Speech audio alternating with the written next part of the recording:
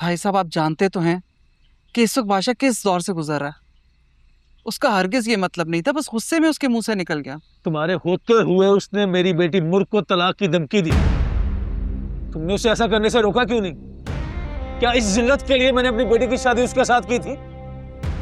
मैं कह तो रही हूं आपसे, ये सब उस कमज़ौत की वजह से हो रहा है।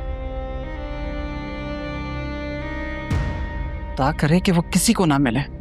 मैं भी तो यही चाहता हूँ।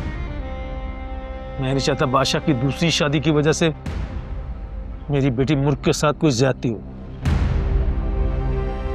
और अगर बादशाह ने ऐसा किया तो मैं किसी को जिंदा नहीं छोड़ूंगा। मेरी बेटी कोई खिलौना नहीं जिसे वो जब चाहे फेंक दे। उस सुंदरी की वजह से वो खानदान के रस्म रिवाज और पुरखों की इज्जत मलिया मेट करके बगावत पर उतर आया। वही तो भाई साहब, ना खुर्शीद वापस आती, ना ही लड़की हमारी जिंदगी में शामिल होती। लेकिन क्या करें, अब हमें तो मामले को मजीद बिगाड़ने से बचाना है। बादशाह ने बिगाड़ा।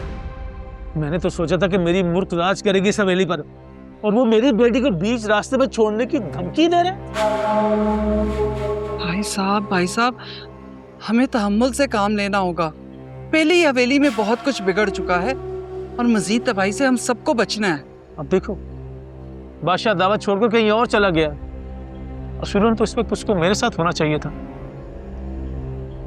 ठीक कह रहे हैं आप, लेकिन सरकार गए ना उसे बुलाने, बस आता ही होगा।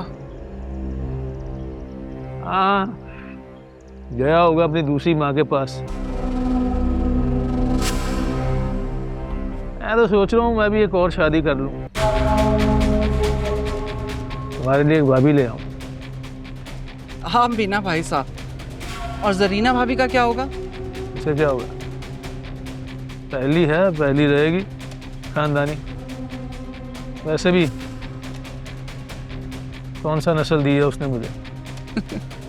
बड़ी जल्दी ख्याल नहीं आ गया इस उम्र में?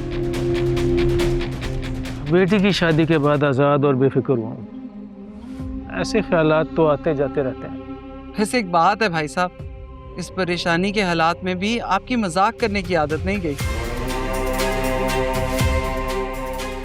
ये तो तुम्हें सुबह पता चलेगा कि मैं मजाक कर रहा हूँ या मजाक मजाक में सच कहकर जा रहा हूँ यहाँ से।